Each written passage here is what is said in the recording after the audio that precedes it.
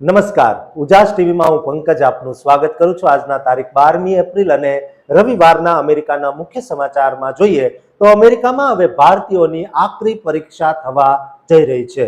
અમેરિકામાં રહેતા ભારતીયો અને ગુજરાતીઓ પર 23 જેટલી શરતો રાખવામાં આવી છે। આ શરતોમાં વ્યક્તિની ઓળખ જ સાવ ભૂસાઈ જાય તેવા પ્રયત્નો શરૂ થયા છે, જેનો ભારે વિરોધ કરવામાં આવી રહ્યો છે। શું છે આ શરતો અને કોણે મૂકી છે તેની વિગતે વાત કરીશું। ઉપરાંતના સમાચારમાં જોઈએ તો ન્યૂ જર્સીમાં વસતા એક પાટીદાર પરિવારના યુવાન દીકરા સાથે નિવૃત્ત પોલીસ કર્મચારીએ બર્બરતા દર્શાવી હતી। આ યુવક લકવાગ્રસ્ત થઈ ગયો હતો। પોલીસ અધિકારી ત્યારે ડ્યુટી પર ન હતો, પણ તેની ભૂલનો ભોગ બનેલો આ યુવક 2 વર્ષે ઘરે પરત ફર્યો છે। પટેલ પરિવારની પ્રેમ, હિંમત અને ધીરજની જીત થઈ છે તેની વિગતે વાત કરીશું।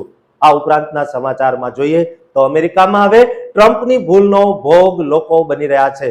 ટ્રમ્પે જેમ ફાવે તેમ યુદ્ધ છેડી દઈને ટેક્સ વધાર્યો છે, તેનો લોકો સોશિયલ મીડિયાથી લઈને રસ્તા પર વિરોધ કરી રહ્યા છે। આ વિરોધમાં ગુજરાતીઓએ જોડાવું કે કેમ તેની વિગતે વાત કરીશું। તો ચાલો તમામ સમાચાર જોઈએ વિસ્તારથી। અમેરિકામાં વસતા લાખો ભારતીયોના આત્મસન્માન અને તેમની જીવનશૈલીને શંકાના દાયરામાં લાવી દેવાય છે। આ કડવું સત્ય છે દોસ્તો, જાણીને તમારી આંખો પણ ભીની થઈ જશે। અત્યારે અમેરિકામાં વસતા ભારતીયો માટે એક એવો વિષય ચર્ચાનું કેન્દ્ર બન્યો છે, જેમાં આપણી ઓળખ, આપણી સંસ્કૃતિ, આપણી રહેણીકહેણી અને વિદેશી સમાજમાં ભળવા જેવા ગંભીર મુદ્દાઓ એક સાથે બહાર આવ્યા છે। આ આખો મામલો અમેરિકા સ્થિત એક જાણીતા આંત્રપ્રિન્યોર રજીબ ખાન સાથે જોડાયેલો છે, જેઓ સાન ફ્રાન્સિસ્કો અને ઓસ્ટિનમાં સ્થિત છે। તેઓ એક ડીપ ટેક કંપની જેનું નામ જેનરેટ છે તેના કો ફાઉન્ડર છે।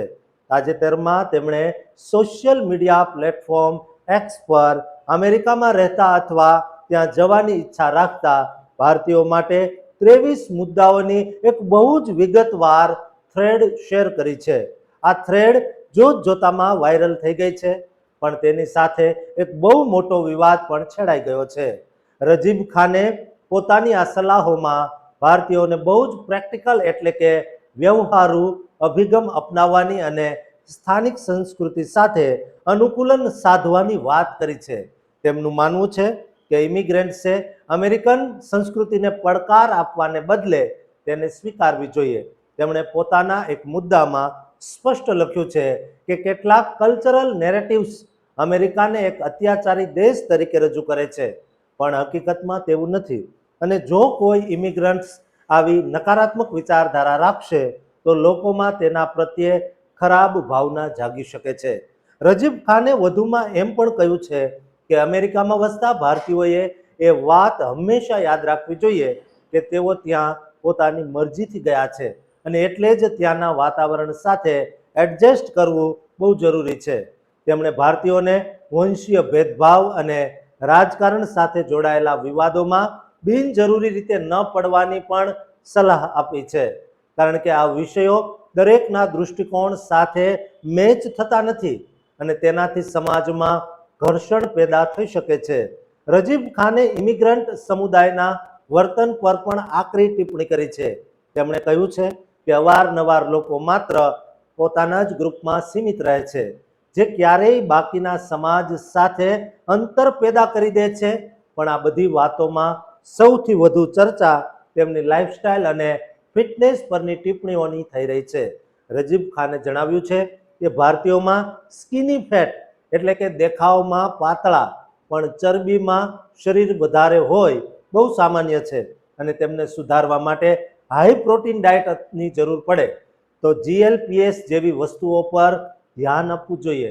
તેમનું કહેવું છે કે વાસ્તવિક દુનિયામાં લોકો તમારા દેખાવને બહુ મહત્વ આપે છે, અને આ પાસાને જરા પણ નજરઅંદાજ ન કરવો જોઈએ। આ ઉપરાંત તેમણે આવનારી પેઢીઓ વિશે બહુ જ ગંભીર વાત કહી છે કે ભવિષ્યમાં આપણા બાળકો પોતાની મૂળ ભારતીય સંસ્કૃતિને પૂરેપૂરી જાળવી નહીં શકે, કારણ કે સમય જતાં સાંસ્કૃતિક પરિવર્તન આવવું નિશ્ચિત છે। આ 23 સલાહો પર સોશિયલ મીડિયાના યુઝર્સ 2 ભાગમાં વહેંચાઈ ગયા છે। કેટલાક લોકો આ વાતોને બહુ જ વાસ્તવિક માની રહ્યા છે અને કહે છે કે ઇમિગ્રન્ટ્સે અમેરિકા પ્રત્યે આભારની લાગણી રાખવી જોઈએ, પણ બીજી તરફ એક બહુ મોટો વર્ગ એવો પણ છે જેણે આ સલાહોને સદંતર નકારી દીધી છે. અમેરિકામાં જન્મેલા ભારતીય મૂળના લોકોનું કહેવું છે કે દરેક વ્યક્તિને પોતાની ઓળખ પોતે નક્કી કરવાનો પૂરો અધિકાર છે અને કોઈ પણ વ્યક્તિએ આટલું બધું રિજિડ એટલે કે જડ ન બનવું જોઈએ. સોશિયલ મીડિયા પર લોકોએ રજીબ ખાનના દેખાવ અને વર્તન પરના કોમેન્ટ્સની બહુ જ આકરી ટીકા કરી છે. એક યુઝરે તો ત્યાં સુધી લખ્યું છે કે વાસ્તવિક જીવનમાં લોકો એટલા જડ નથી હોતા જેટલા ઓનલાઈન દેખાય છે અને એડજસ્ટમેન્ટ તો દરેક જગ્યાએ જરૂરી હોય છે. આ વિવાદ આપણને સમજાવે છે કે વિદેશમાં રહેતા ભારતીયો પાસે પોતાની ઓળખ જાળવવાનો પૂરો હક છે, પણ સાથે સાથે ત્યાંના સામાજિક નિયમોને સમજવા પણ બહુ જ પ્રેક્ટિકલ છે. આ બંને વચ્ચે સંતુલન જાળવવું એ દરેકની વ્યક્તિગત પસંદગી પર નિર્ભર હોય છે. આ વિવાદોમાંથી એ જ શીખવા મળે છે કે કોઈ પણ સલાહને આંધળી રીતે અનુસરવાને બદલે તેને પોતાની પરિસ્થિતિ મુજબ સમજવી જોઈએ, કારણ કે દરેક વ્યક્તિનો અનુભવ અને તેની જિંદગી એકદમ અલગ હોય છે અને સફળતા માટે કોઈ એક જ ફોર્મ્યુલા બધા પર લાગુ પડતી નથી. ઇન્ડિયન્સે પોતાના અધિકારો સમજવા જોઈએ, પોતાની ઓળખનું સન્માન કરવું જોઈએ અને સાથે જ સ્માર્ટ નિર્ણયો લઈને સમાજમાં આગળ વધવું જોઈએ. દોસ્તો, રજીબ ખાનની આ વાત તમને કેવી લાગી તે કોમેન્ટ જરૂર કરજો અને દરેક ગુજરાતી સાથે આ વિડીયો શેર કરજો અને આ ચેનલને સબસ્ક્રાઇબ કરવાનું ચૂકતા નહીં. અમેરિકામાં તેજસ્વી ગુજરાતી યુવાન રસ્તા પર જતો હોય અને અચાનક એક પળની નફરત તેની આખી જિંદગી બરબાદ કરી નાખે. 2 વર્ષ સુધી લકવાગ્રસ્ત રીતે હોસ્પિટલના ખાટલે મશીનો અને સફેદ દિવાલો વચ્ચે ઝઝૂમ્યા પછી જ્યારે તે પોતાના ઘરના ઉંબરે પગ મૂકે ત્યારે તે પરિવારના આંસુ અને હરખ કેવો હશે. આ કોઈ સામાન્ય વાત નથી, પણ અડગ મનોબળ અને કાયદા સામેની જીતનું એક એવું સત્ય છે જે જાણીને તમારી છાતી ગજ ગજ ફૂલશે. આજે અમે એક એવા સમાચાર લઈને આવ્યા છીએ જે સાંભળીને તમારી આંખોમાં આંસુ આવી જશે, પણ તે આંસુ ખુશીના અને ગર્વના હશે. અમેરિકાના ન્યૂજર્સીમાં રહેતા 26 વર્ષના કિશન પટેલની જિંદગીમાં 2 વર્ષ પહેલા જે કરુણતા આવી હતી તેના વિશે સાંભળીને આખું ગુજરાત ધ્રુજી ઉઠ્યું હતું. ન્યૂજર્સીના રસ્તા પર જતી વખતે સામાન્ય રોડ રેજ એટલે કે રસ્તા પર થયેલા ઝઘડામાં એક એવી ઘટના બની જેણે કિશન પટેલનું આખું ભવિષ્ય અંધકારમાં ધકેલી દીધું.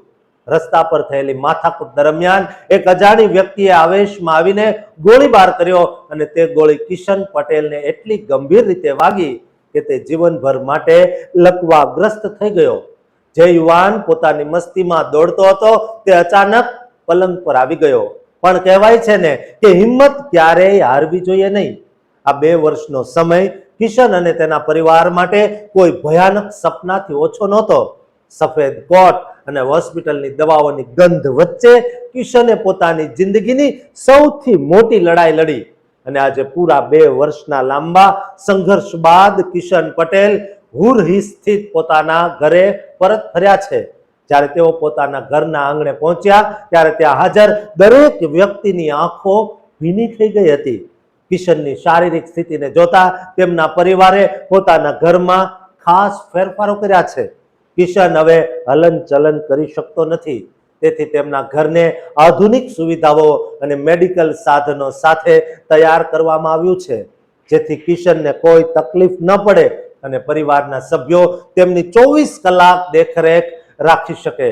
કિશન પટેલના સંઘર્ષમાં ન્યાયની દેવીએ પણ તેમનો સાથ આપ્યો છે.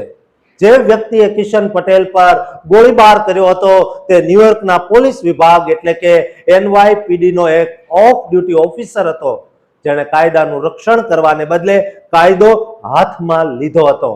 કોર્ટે આ મામલાને બહુ જ ગંભીરતાથી લીધો અને તે પોલીસ ઓફિસરને પૂરા 10 વર્ષની જેલની સજા ફટકારી.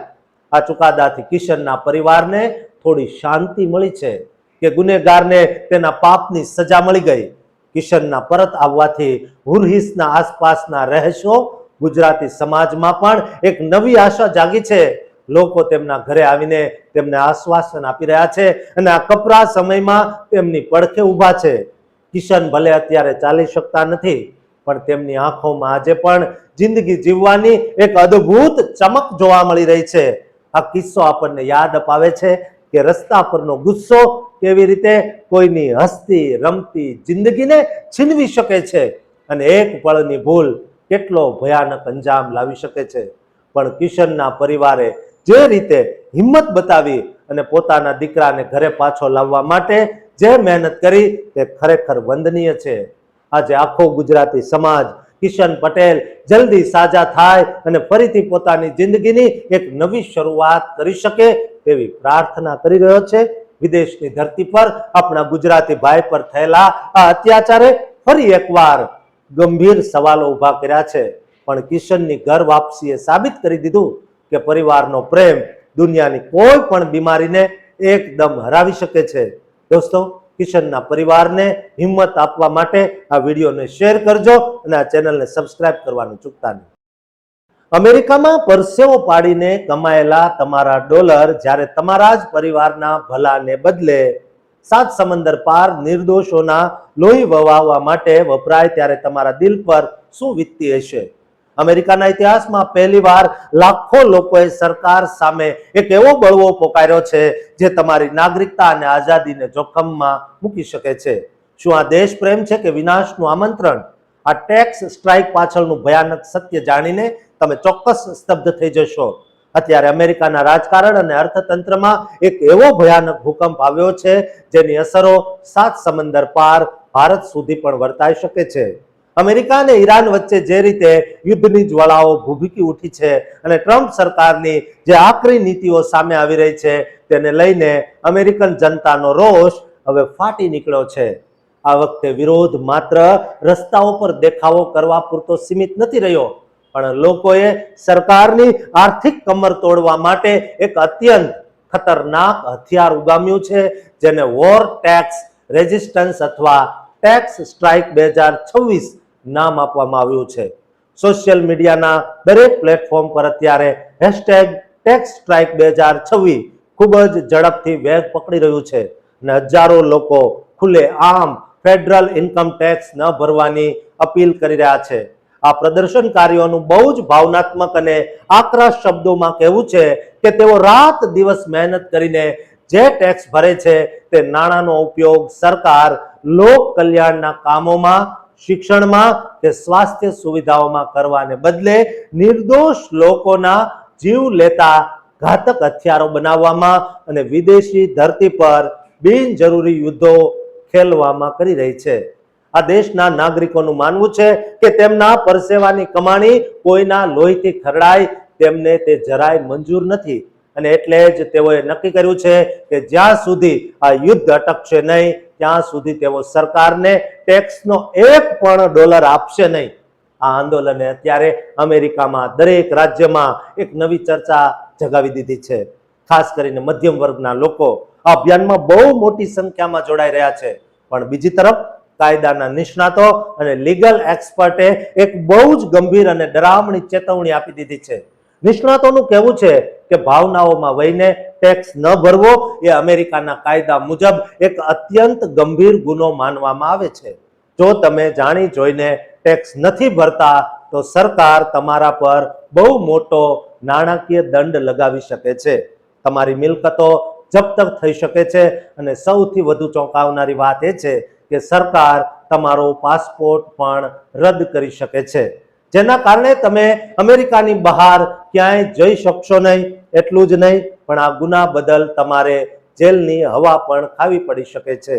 આ એક એવી લડાઈ છે જેમાં જીત કરતા હારની શક્યતા વધુ દેખાઈ રહી છે, કારણ કે અમેરિકાની ટેક્સ સિસ્ટમ બહુ જ કડક છે અને તે કોઈને પણ છોડતી નથી. ખાસ કરીને ત્યાં વસતા આપણા ભારતીય અને ગુજરાતી ભાઈ બહેનો જેઓ વર્ષોની મહેનત પછી ત્યાં સેટલ થયા છે તેમના માટે આ અભિયાનમાં જોડાવું બહુ જ જોખમી સાબિત થઈ શકે છે. જો તમારી ટેક્સ હિસ્ટ્રી ખરાબ થશે તો ભવિષ્યમાં ગ્રીન કાર્ડ કે સિટીઝનશીપ મેળવવામાં પણ બહુ મોટી કાનૂની અડચણો આવી શકે છે. આ ટેક્સ સ્ટ્રાઇક એ માત્ર સરકાર સામેનો વિરોધ નથી, પણ એક સામાન્ય નાગરિકના જીવન અને તેની સુરક્ષા સાથે જોડાયેલો બહુ મોટો જુગાર છે. લોકો અત્યારે યુદ્ધના વિરોધમાં બહુ જ ઇમોશનલ થઈને આ નિર્ણયો લઈ રહ્યા છે. પણ તેમની પાછળની કાયદાકીય અસરો બહુ જ ભયાનક હોઈ શકે છે. દોસ્તો, હંમેશા સતર્ક રહેજો, પ્રયત્ન રાખજો કે આ સમાચાર દ્વારા અમે એ જ કહેવા માંગીએ છીએ કે કોઈ પણ પદક્ષેપ લેતા પહેલા તેના પરિણામો વિશે ચોક્કસ વિચારજો, કારણ કે આ એક એવી જાળ છે જેમાં એકવાર ફસાયા પછી બહાર નીકળવું બહુ મુશ્કેલ છે. અમેરિકામાં અત્યારે જે રીતે આ વિરોધ વંટોળ વેગ પકડી રહ્યો છે તે જોતા આવનારા દિવસોમાં સરકાર આ આંદોલનકારીઓ સામે કેવા કડક પગલાં લેશે તેના પર આખી દુનિયાની નજર ટકેલી છે. આ યુદ્ધ અને ટેક્સની લડાઈમાં સામાન્ય નાગરિકના હિતોનું શું થશે તે તો સમય જ બતાવશે, પણ હાલ પૂરતું તો અમેરિકામાં રહ્યો છો અને અમેરિકાના કાયદા અને વિરોધ વચ્ચે એક મોટી જંગ છેડાઈ ચૂકી છે. તેની સીધી અસર દેશના અર્થતંત્ર પર પણ જોવા મળી રહી છે અને તે ખરેખર ચિંતાનો વિષય છે. દોસ્તો, અમેરિકામાં રહેતા દરેક ગુજરાતીને આ વિડીયો મોકલજો અને એમને કહેજો કે જો તમે ક્યાંક ને ક્યાંક સોશિયલ મીડિયા કે રોડ પર જો વિરોધ કરો છો તો તમારા પર ખતરો છે, માટે એકવાર જરૂર વિચાર કરજો અને આ ચેનલને સબસ્ક્રાઇબ કરવાનું પણ ચૂકતા નહીં.